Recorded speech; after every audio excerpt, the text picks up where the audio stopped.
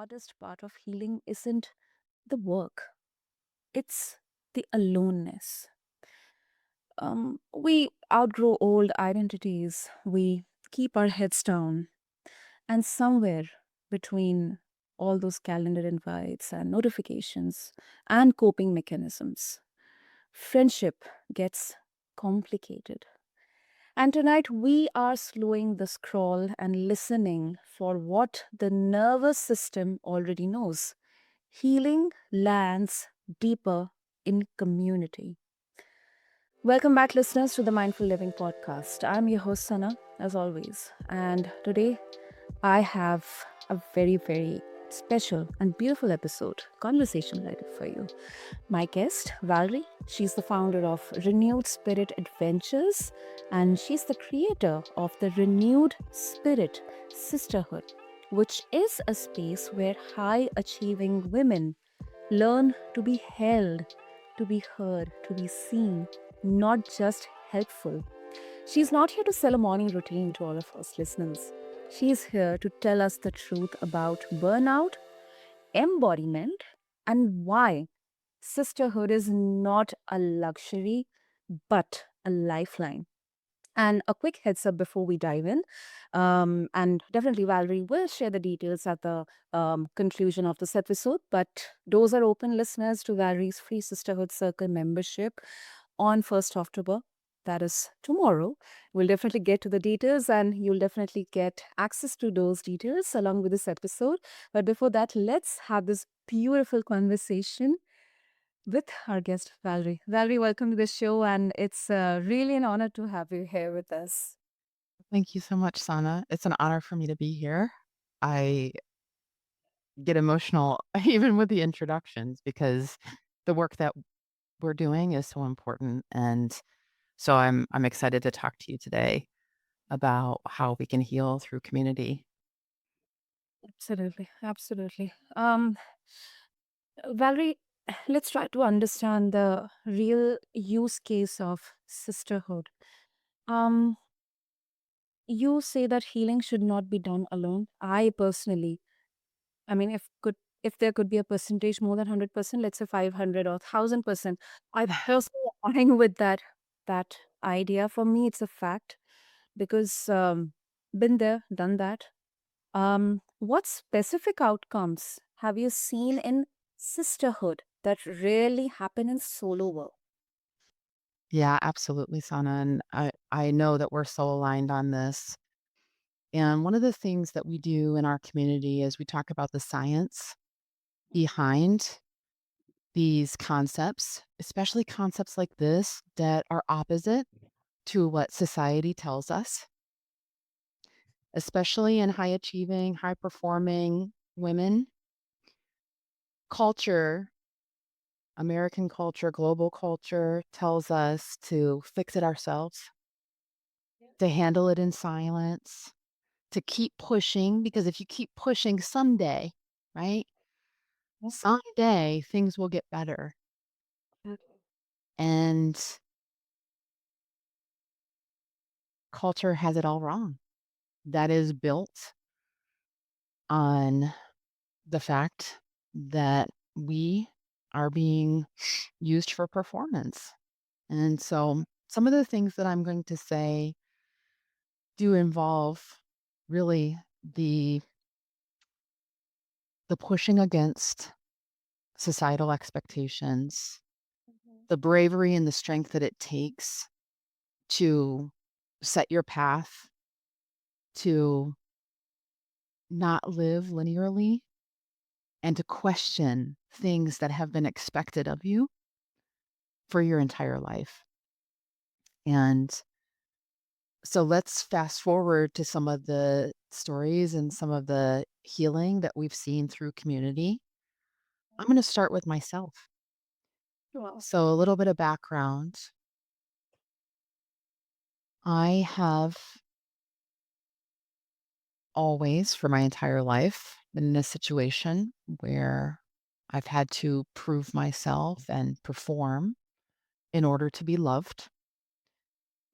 And my feeling, whether it is, and I'm using air quotes, even though you can't see me, right or wrong, Um, I have always felt inside that my life and what I do and my achievements are for others to garner favor, to be loved.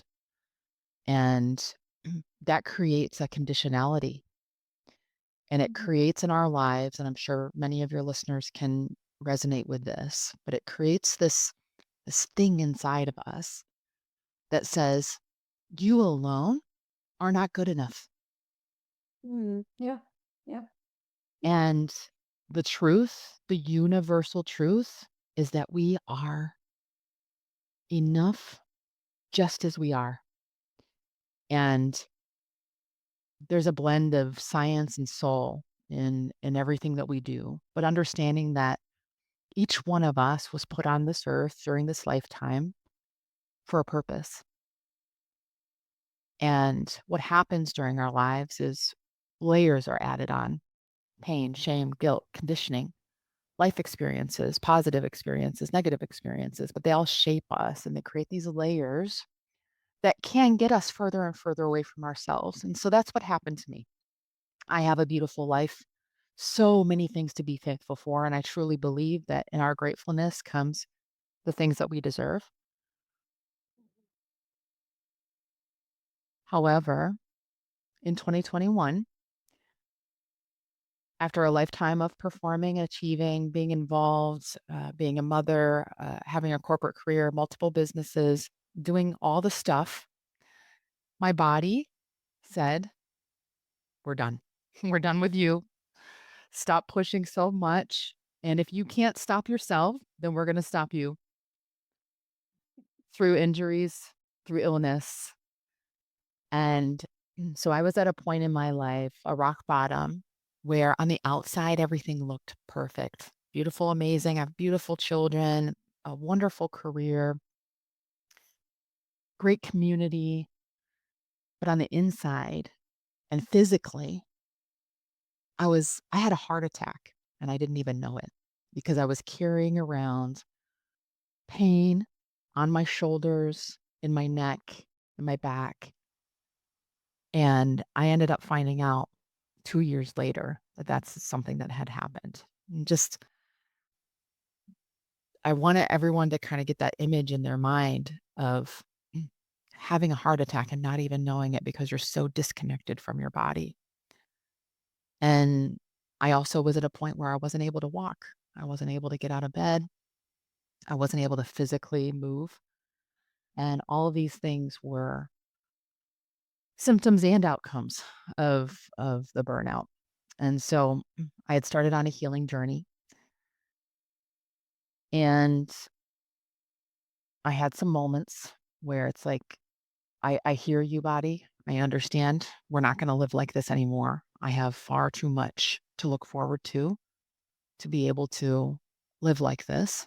Because if I keep living like this, I'm probably not going to be around very long.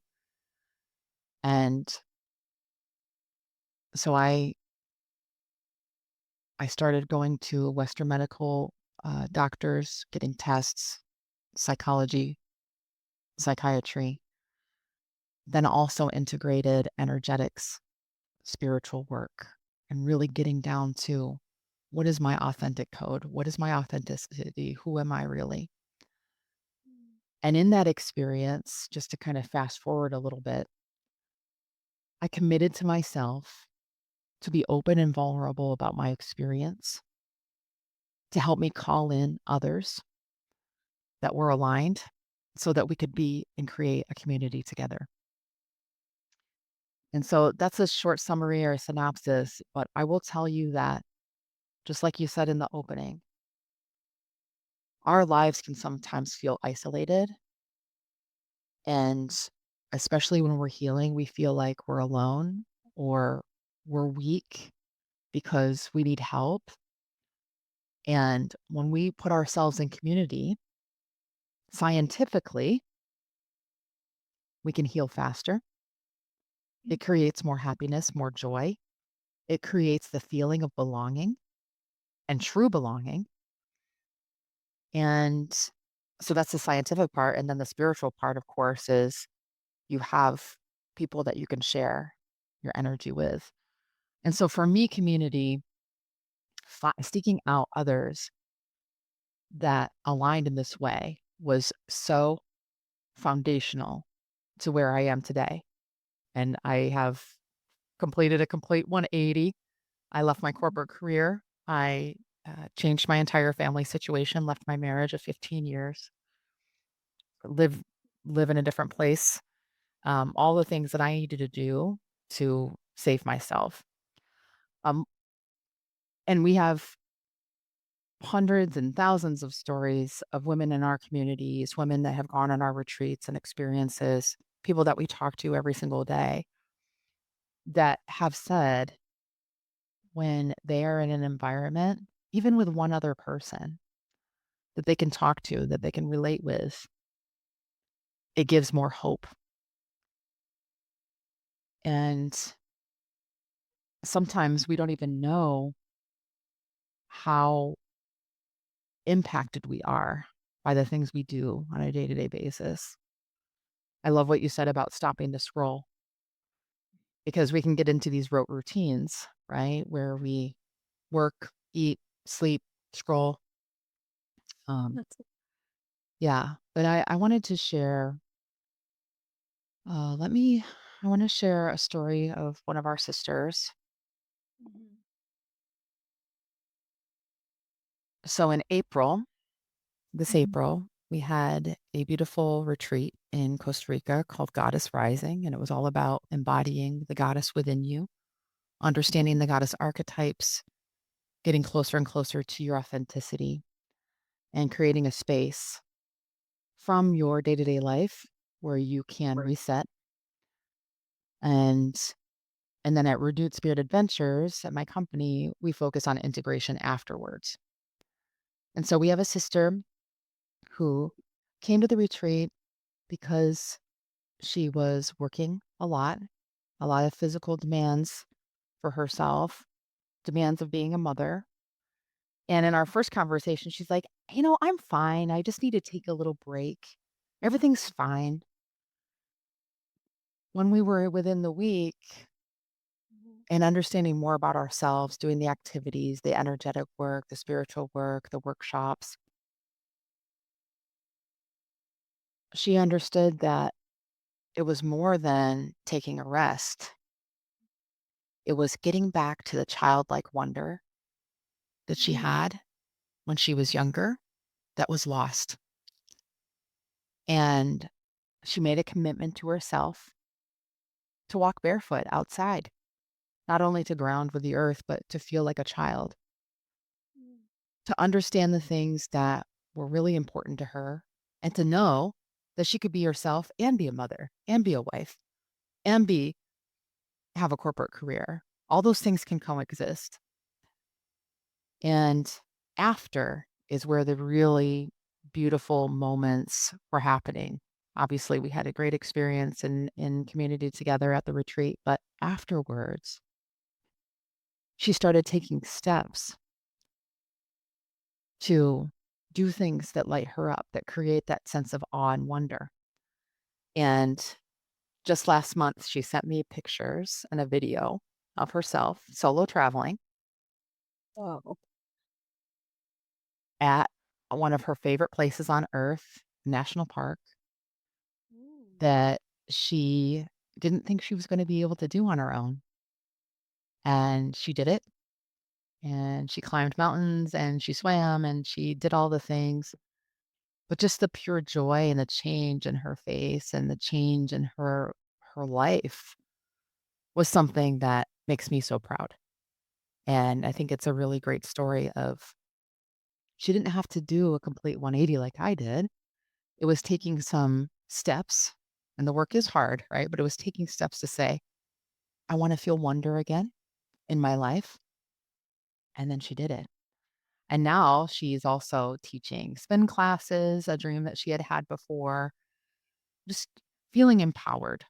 And so that wouldn't happen without having a community of sisters where you can feel vulnerable, where you can cry, where you can laugh, where you can share, where you can feel supported.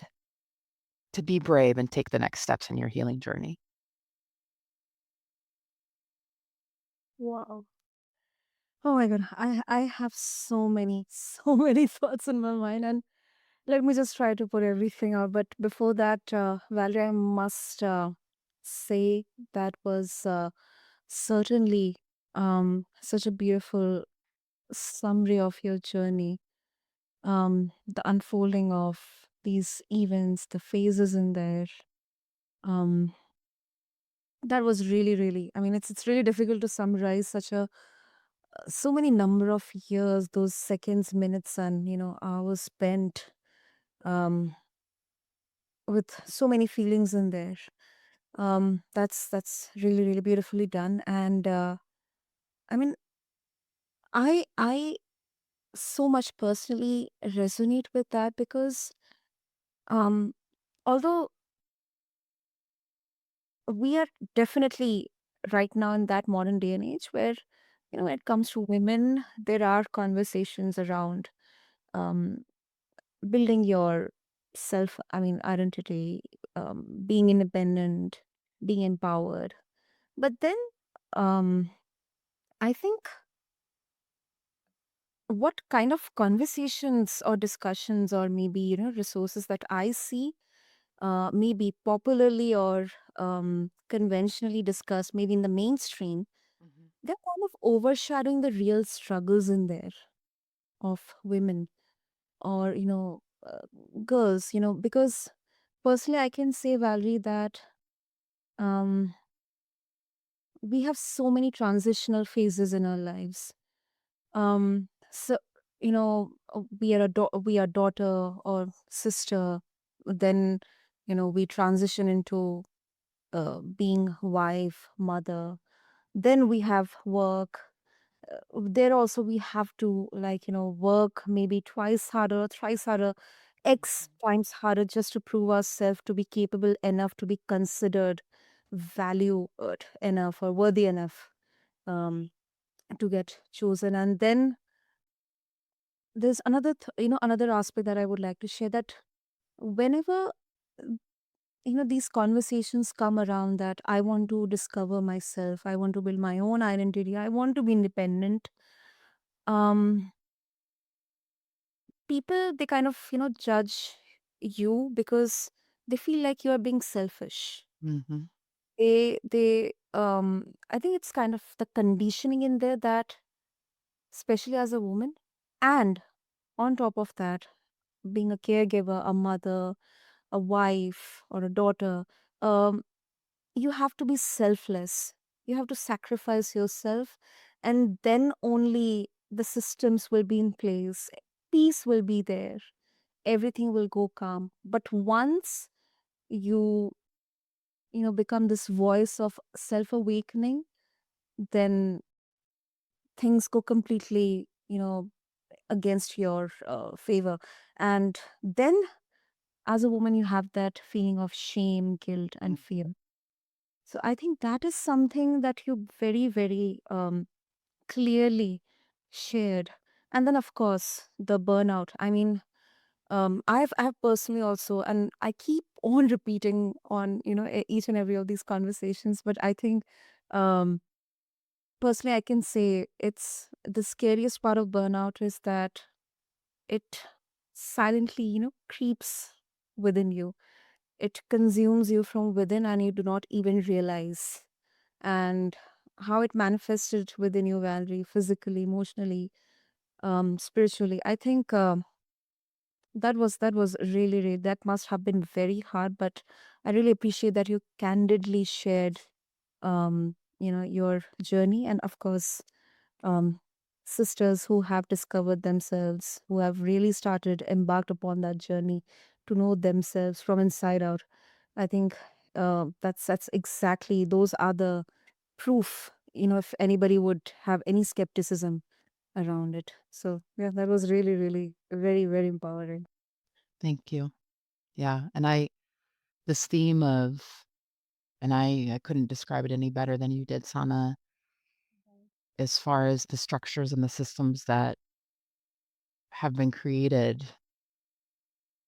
to disempower women. I take a very strong stance on this Mhm. because I think it's important. Um, but the whole idea of aligning ourselves with our authenticity and doing things for ourselves to take care, being selfish is so wrong, Yeah. but it's so hard to overcome because it comes at us in so many different ways, especially if you're a mother. Yes. And this word of sacrifice, I need to sacrifice myself and my wants and my needs for the greater good, is actually the opposite of the truth. And once we understand and realize that the closer to who I am and who I'm meant to be is the stronger that I can set an example for my children, for my family, for my parents, for my brothers and sisters, for my friends. The sooner we realize that, the more power that we have to create ripple effects in this world. And yeah, it's the biggest lie that's being served to us, especially as women. And let me say, we're talking about women because that is our main focus at Renewed Spirit Adventures, because disproportionately women are impacted by burnout. It's a global health crisis. But I want to acknowledge, of course, men's mental health is so important. And so these same themes can resonate with everyone. It's just, I just think it's important to acknowledge that. We're talking about women, but a lot of these same themes, like the stigma behind mental health care for men, the fact that as a man, you're expected to be strong, hold it down. If you show any sort of emotion, it's weakness. All of those things are systemically built to force you to produce more. And so, this conversation is relevant for everyone, but I, yeah, this self-sacrifice as a way to make me look like a good person is just so faulty. Because what I will say too is, and like you described, the old model of self-care or the one that we are fed by the media, lots of different sources, right? It's isolating. It's like, go take a bath on your own, go do a face mask, get a massage, right? Um, Spend some time in nature on your own. All those things are beautiful things, but all those things are isolating and they're just part of the journey. Yes. And what we're seeing now is collective systems are breaking down. And when we shift, and as we shift to the new paradigm, it is about individuality, but not isolation. And so my perspective on this is we bring our individuality into our circles, into our community. We show up authentically as ourselves, and that strengthens the whole. So our communities become more resilient. Our communities become more future ready. Our communities become much more sustainable. And so, yeah, if you imagine yourself having a balance between some alone time and some inner work, and then also walking into a circle as your full self, being accepted and received exactly as you are, that's when things change. And there's just all kinds of neuroscience studies that prove this. I mean, there's one from Harvard. It's 85 years. It originally started, but it proves time and time again that strong relationships increase happiness and they increase lifespan, and that we are not meant to be on our own. Absolutely. Absolutely. That is something I have personally realized as well. And I so much agree with you, Valerie, that it's not just about one specific gender in here, but it's the collective consciousness, you know. sometimes I have so many beautiful conversations around the the masculine and the feminine energy, and um, if I've realized my mother sacrificing her health, her own identity for her family, then at the same time, I've also realized that my father has also sacrificed his um youth for providing and protecting our family. So I think what we see in media, I mean, it really, really, um, really, kind of overshadows the real struggles in there. So that is something I hugely, hugely resonate with you, Valerie, on this. Yeah, absolutely. So it's time for us to look at the truth Yeah, and to listen to each other and understand each other. And again, none of this work is easy. It takes deep, deep reflection and it takes effort to find the communities. But there are so many available at our disposal. As we do the work, what happens is we start to call in the people and the places where we belong. So, yeah, it's we cannot, even though we've been asked to ignore science, right, and spirituality, we can't ignore. Like women co-regulate together through mirror neurons, through storytelling, through rituals. It's been since the beginning of time. So why we have been forced away from that is it's fascinating to me, but we also understand the purpose behind it, and that is to isolate us so that we self-sacrifice. definitely. And Valerie, there's definitely time constraint, but I personally wouldn't like to stop this conversation. One thing which I see people talking about is trauma dumping. Um, how do you distinguish healthy vulnerability from trauma dumping, especially in group spaces? Like, are there any guardrails that you set, or any specific framework that you follow? Yeah, that is a great question, and I think trauma dumping has an innate negative, um, connotation, but what it means, is that I'm saying everything that's negative that's happening in my life, right? Mhm. So I don't love the term of it because a lot of times it happens because someone finally feels safe enough to share. So, with guardrails and what we do in our sisterhood circles is I like to have a balance between engineering the conversation and the themes and then also having the free flow of conversation. And so, for any listeners that want to create a group or want to be a part of a group, just a really quick framework for it is people feel more secure when they understand the expectations of what's going to happen in the circle. And so, if I'm in a group setting and I'm the leader of that group setting, I'm going to say, okay, today's conversation that we're going to discuss, or the question that I have for all of us to reflect on is XYZ. For example, this month in the sisterhood, our October theme is about sacred yes and no, establishing boundaries. And so it's that conversation. And then I lead first.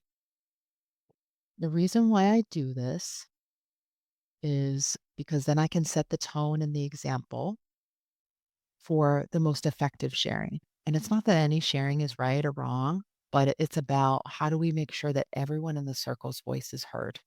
Because that's what happens, right? When we have a situation where, let's say I'm in the circle and I want to just share everything because I finally feel safe. Well, that might create some time constraints. So I just a really good conversation is natural and flowing, but it also has some light guardrails, right? And an example of what the sharing looks like so we can create healthy vulnerability. Mhm. And yeah, I think it's okay. it's okay to be negative. It's okay to share our trauma. It's more than okay. Then also understanding that these conversations and these things that are happening in our lives, they can be turning points Mhm. and hope. Mm. I I meet with especially fellow entrepreneurs Mhm. and talk through I do public speaking events and workshops around how your burnout can be a sacred burnout, right? Like Mhm. for you, Sana, there's probably so many things that you learned about yourself, your family systems, your relationships, the world at large through your burnout. Mhm. And at the time, it sucks. It's horrible, right? You're sick, you're disconnected from your emotions, you hit rock bottom in your life. There is that glimmer of hope that says, if I use this as a turning point in my life to make the changes I need to make, then I can have and be everything that I'm meant to be. And so I think, just to kind of sum up, that's the when we go into circles and group settings, that kind of energy is really important to make sure that everyone shares, that everyone feels heard, that there's a balance between what we've gone through and a vulnerability, and then also that glimmer of hope to say, it's okay for me to share this. And also, it's okay. These things can coexist for me to say, this is my turning point. Mm. Absolutely. I think it not only is just about being raw or being or expressing. It's definitely about being responsible with Mhm. us too, because of course it's a community, um, and it's not only your individual, but it's a community purpose in there, a collective purpose in there. So I think that is something we all listeners can definitely, we would definitely agree with. I definitely agree to that. Mhm. Uh, and before we wrap up, Valerie, if our listeners they would like to get on ahead, go ahead with this journey of healing collectively, and they would also like to connect with you, um, get access to your resources, what would be the easiest way? Absolutely. And this is an open and a loving invitation for all listeners to connect with us. The easiest way, the best way is to go to our website. And I'm sure we'll have everything in the show notes, but it's renewedspiritadventures.com.